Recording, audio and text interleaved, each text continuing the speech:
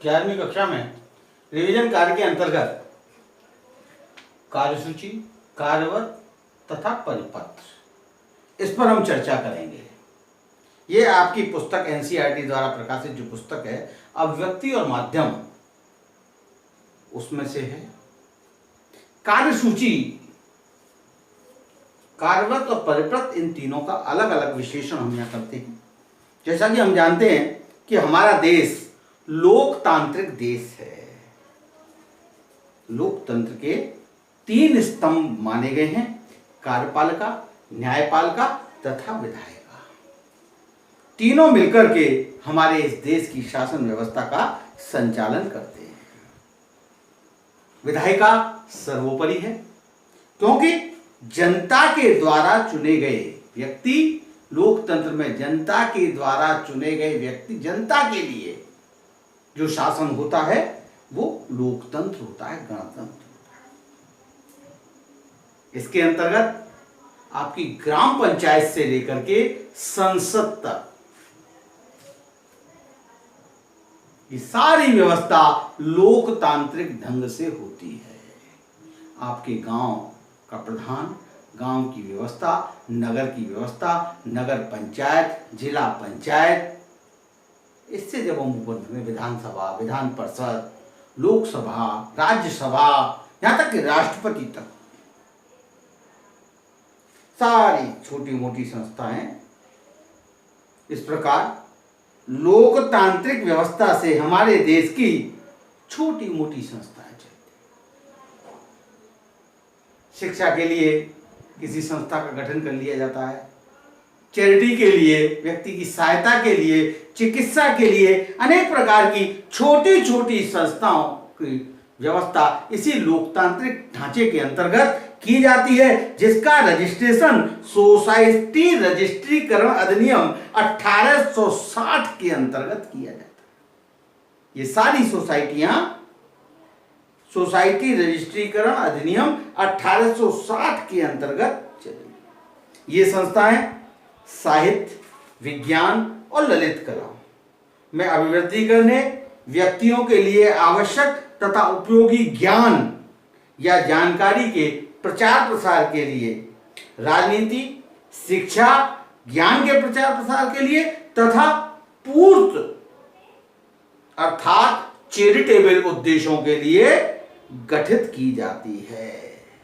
समाज में ये काम करती है। इसके अपने नियम और उपनियम होते हैं। हर संस्था अपने अपने अलग अलग संविधान का निर्माण कर देती है। ऐसी संस्थाएं समय समय पर बैठकों का आयोजन करती है, मीटिंग्स बुलाती है। इन बैठकों के लिए एक कार्यसूची बनाई जाती है, तय एजेंडा, कि उस बैठक में क्या क्या विषय रखे जाएंगे। संसद का भी अपना एजेंडा होता है, कार्यसूची होती है। जब संसद की कार्रवाई चलती है तो सबसे पहले उसका एजेंडा प्रसारित किया जाता है कार्यसूची। विधायक सभा, आपके नगर पंचायत जितने भी मीटिंग्स होती हैं उन सबके एक कार्यसूची पहले प्रसारित की जाती है, जिससे कि सम्माननीय सदस्यगण इन विषय पर तैयारी कर करके आ सके। तो ये कार्यसूची है। तो सबसे पहला विषय आता है कार्यसूची। क्या होती है कार्यसूची?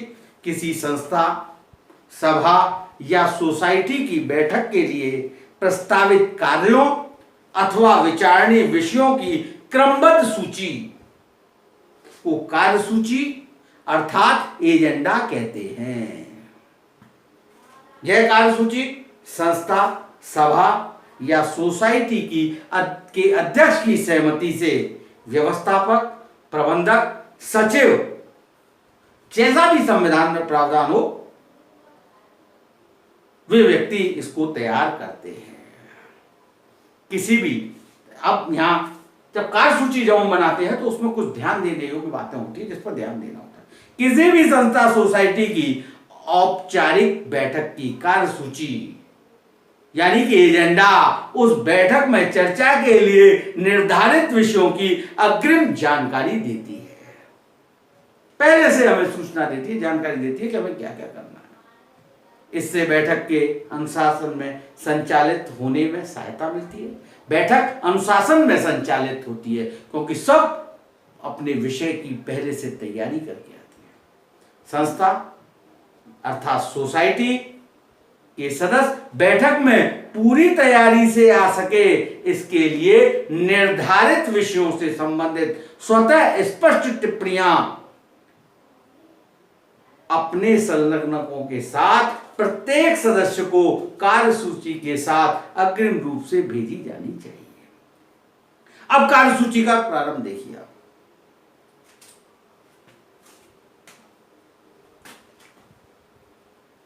छात्र सभा, हेडिंग है संस्कृति पब्लिक स्कूल।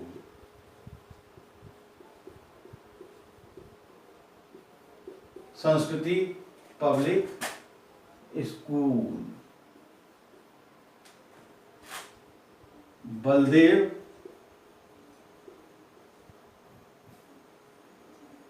मथुरा।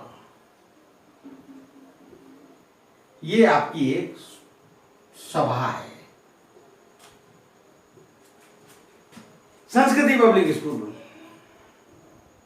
अब ये बनाती है बैठक की कार्यसूची।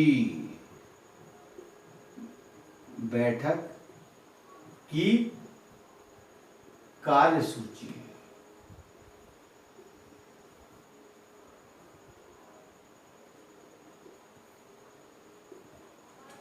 नंबर 1,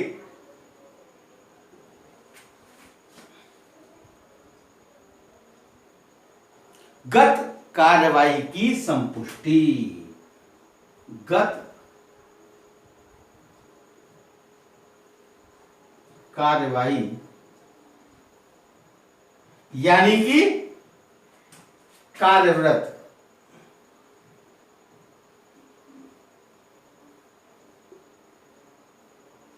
की संपुष्टि। सबसे पहला विषय होता है पिछली जो बैठक हुई है, पिछली जो कार्रवाई हुई है उसके बारे में चर्चा, उसकी संपुष्टि। दूसरा, गत बैठकों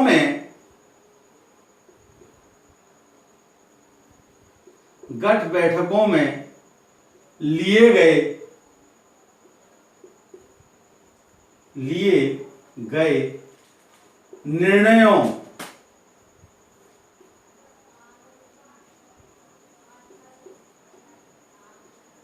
की समीक्षा।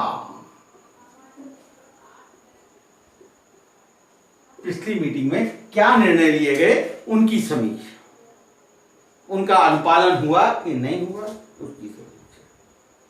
ठीक। तीसरा, खेल, कला तथा साहित्य में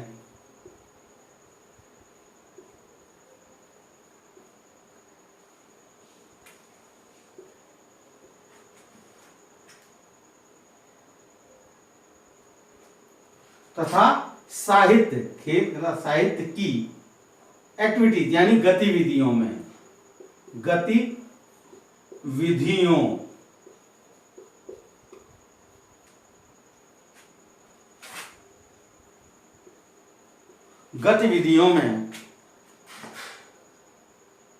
उत्कृष्ट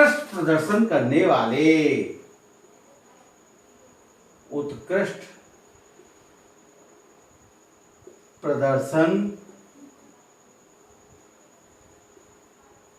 करने वाले छात्र छात्राओं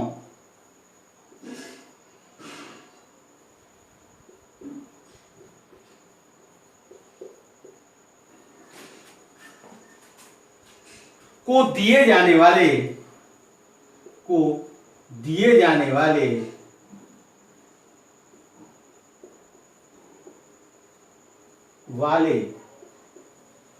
पुरस्कार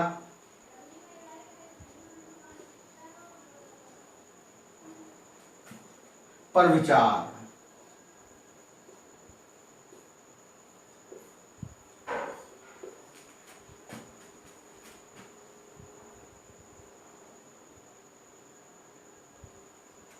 चौथा, विद्यालय में आयोजित विद्यालय के कार्यक्रमों विद्यालय के कार्यक्रमों की गुणवत्ता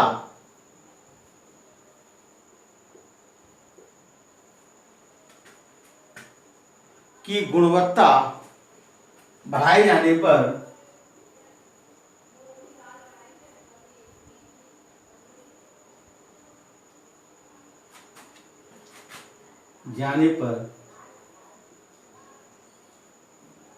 विचार।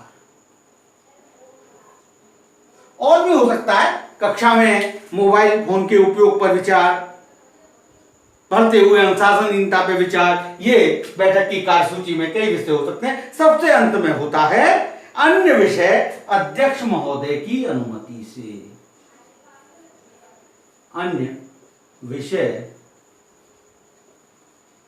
अध्यक्ष महोदय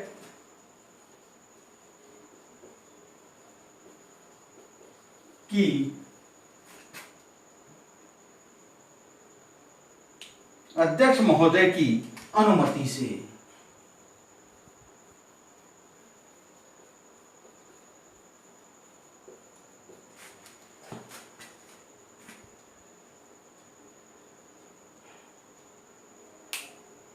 इस तरह की कार्यसूची बना करके बैठक की सूचना सहित छात्र सभा के सभी सदस्यों को भेजी जाती है। कार्यसूची हमारे देश में नगर पंचायत, जिला पंचायत, ग्राम पंचायत, नगर परिषद, नगर निगम, विधानसभा, लोकसभा की भी जारी होती है। तब इसके बाद जाकर के इनकी बैठकों का आयोजन होता है। निर्धारित तिथि व समय पर बैठक का आयोजन इन्हीं बिंदुओं के आधार पर, निर्धारित तिथि व समय पर प्रस्तुत कार्यसूची के आधार पर जब बैठक का आयोजन किया जाता है तो उसकी कार्रवाई को कलमबद्ध किया जाता है। जब कार्रवाई को हम कलमबद्ध करते हैं, उस बैठक में क्या क्या कार्रवाई हुई, कौन कौन उपस्थित हुए, किस किस ने क्या क्या विचार रखे, क्या निर्णय लिए गए, ये सारी बातें हम प्रस्तुत करते हैं कार्यवृत्त में। इसके बाद तैयार होता है कार्यवृत्त।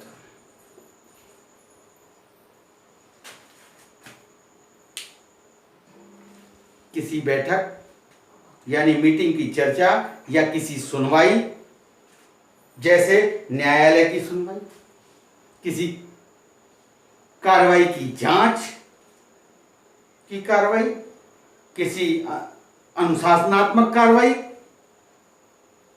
इन सब का जो लिखित विवरण होता है उसे हम कार्यवृत्त, मिनट्स या प्रोटोकॉल्स कहते हैं। इस प्रकार हम कह सकते हैं कि चल रही बैठक, मीटिंग या सुनवाई के दौरान लिखा गया विवरण कार्यवृत्त, मिनट्स यानी प्रोटोकॉल या नोट के नाम से जाना जाता है। कार्यवृत्त में उपस्थित लोगों का विवरण होता है, उपस्थित लोगों की सूची होती है, उठाए गए मुद्दों से संबंधित प्रतिक्रियाएं होती है, उन मुद्दों का समाधान करने के लिए लिए गए अंतिम फैसले व निर्णय इस कार्यवृत्त के अंतर्गत आते हैं। इसका उद्देश्य उपलब्धियों और समय सीमा के साथ साथ कौन से कार्य किसे सौंपे गए हैं उसका हिसाब रखना होता है। कार्यवृत्त का जो प्रारूप है उनमें कुछ सामान्य बिंदु होते हैं, उन बिंदुओं का होना आवश्यक होता है। सबसे पहले आता है सोसाइटी या कंपनी का नाम। सबसे पहले सोसाइटी यानी या जो भी कुछ कंपनी हो, कंपनी यानी संस्था का नाम सबसे पहले ऊपर, जैसे छात्र सभा संस्कृति पब्लिक स्कूल बलदेव पहले में आया था, ये लिखा जाता सबसे ऊपर। दिनांक, यहां पर दिनांक लिखा जाता है, दूसरे नंबर पे आता है दिनांक, जो भी तारीख हो, 23/7/2020। सोसाइटी कंपनी का नाम। दूसरा आता है दिनांक, ये दिनांक इस तरह से दिया जाता है। इसके बाद में टॉपिक, विषय, विषय आते हैं। विषय कार्यसूची में दिए हुए होते हैं। कार्यसूची में दिए गए विषय, सारे विषय यहां पर क्रमबद्ध से पूरी कार्यसूची को यहां उतारा जाता है। इसके बाद में आता है उपस्थित सदस्यों के नाम, उनके पते। उपस्थित सदस्य, सदस्यों के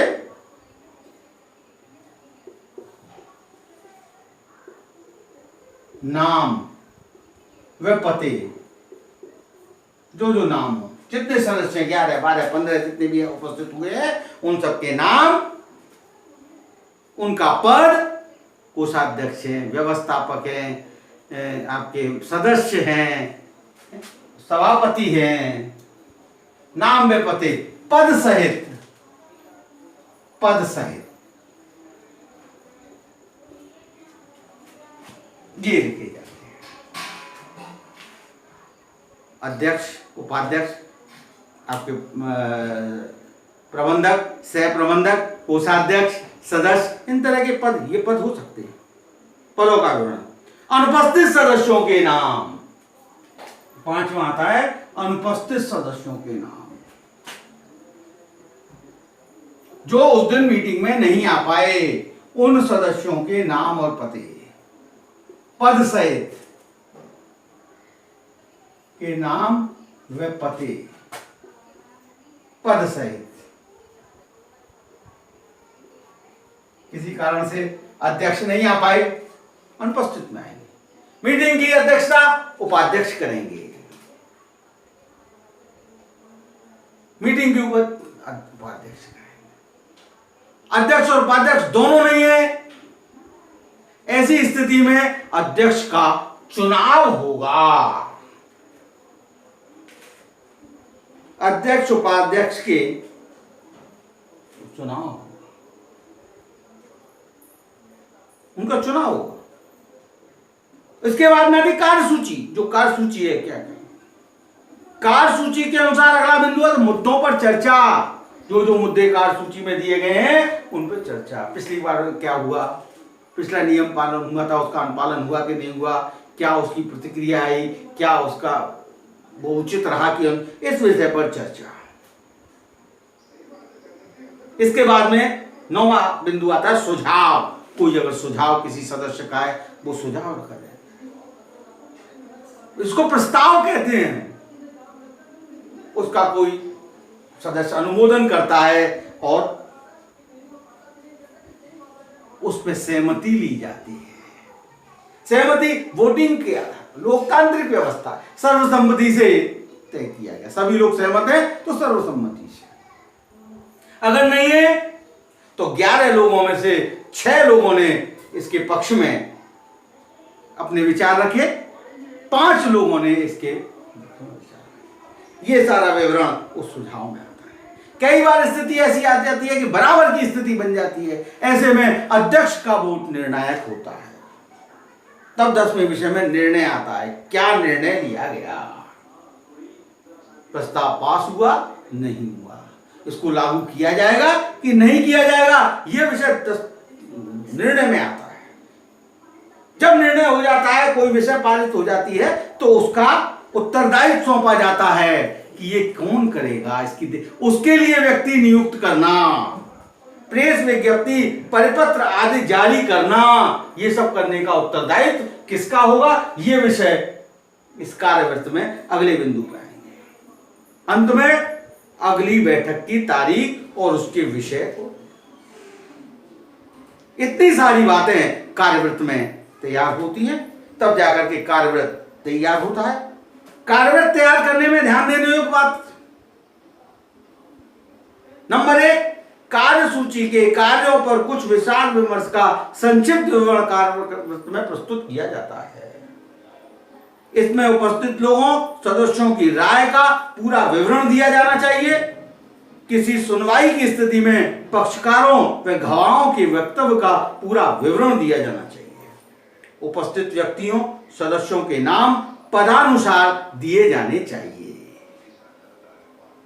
जब बैठक में कोई निर्णय ले लिया जाता है और निर्णय लेने के बाद उसका उत्तरदायित्व किसी को दे दिया जाता है कि शैलेंद्र सिंह जन संचार अधिकारी अब इसके बारे में परिपत्र जारी करेंगे, इसको प्रसारित करेंगे। सूचना प्रसारित करने के कई तरीके हो सकते हैं। ब्लैक बोर्ड पर लिखना है, समाचार पत्र में छपवाना है, परिपत्र जारी करना है।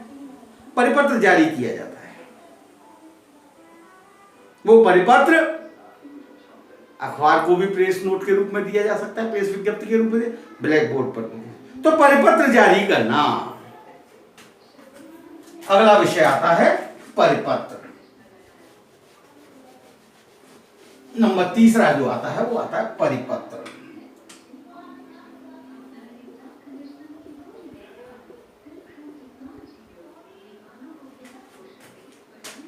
बैठक, सुनवाई या किसी कार्रवाई में लिए गए महत्वपूर्ण निर्णयों को कार्यान्वित करने के लिए परिपत्र जारी किया जाता है।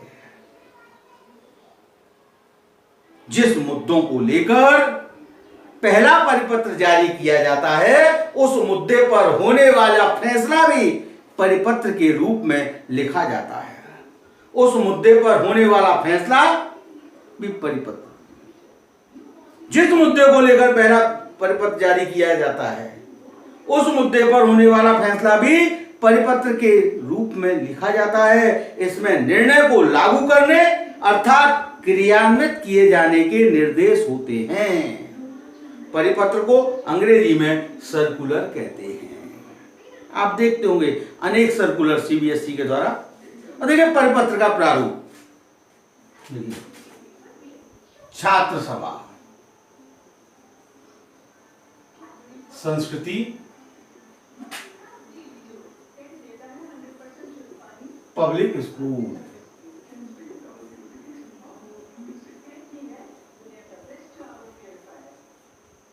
बलदेव,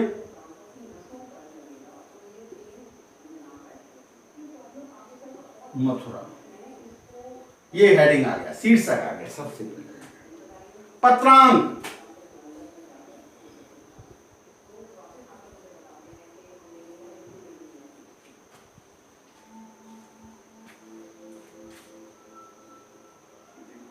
दो सौ 51, 13 SPS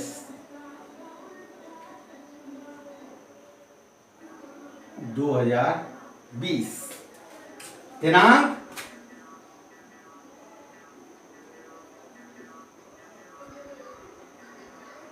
23/7/2020।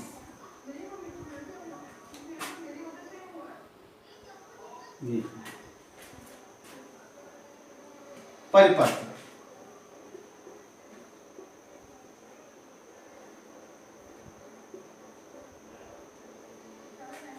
विषय,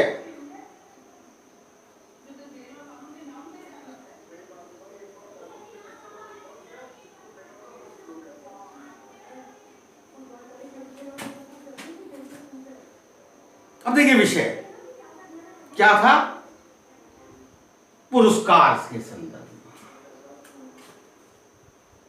में विभिन्न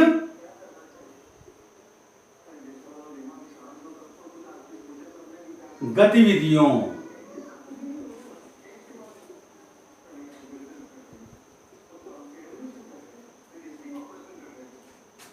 में उत्कृष्ट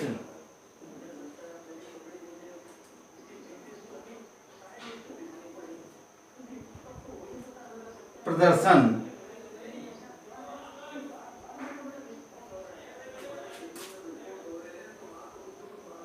करने वाले छात्र छात्राओं के लिए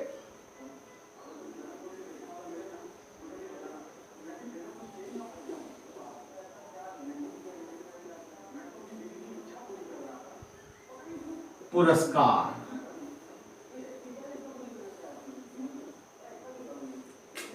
ये विषय है हमारा, क्योंकि मीटिंग में निर्णय लिया गया। जब लिखेंगे यहां पर छात्र सभा, यहां से छात्र सभा की बैठक दिनांक 22/7/2020, बैठक दिनांक 22/7/2020 में सर्वसम्मति से यह निर्णय लिया गया कि खेल, साहित्य, कला आदि विभिन्न प्रकार की गतिविधियों में उत्कृष्ट प्रदर्शन करने वाले छात्र छात्राओं को प्रथम, द्वितीय और तृतीय पुरस्कार दिया जाएगा। प्राचार्य महोदय तथा गतिविधियों के प्रभारी महोदय के सहयोग से इसका अनुपालन होगा। यह निर्णय सत्र 2020-21 के लिए प्रभावी होगा। ये विषय नीचे सूचना अधिकारी श्याम सुंदर,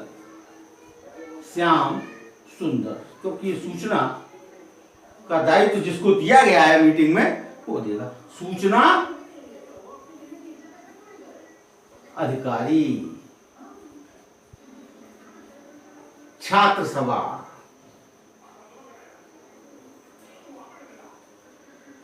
इस तरह से ये परिपत्र आपका तैयार होगा। तो परिपत्र, कार्यव्रत, कार्यसूची, ये आपके सामने प्रस्तुत है। आप इसका अभ्यास करें, देखें, सोचें, समझें। बस आज इतना ही। आपका दिन शुभ और मंगलमय हो। Thank you very much.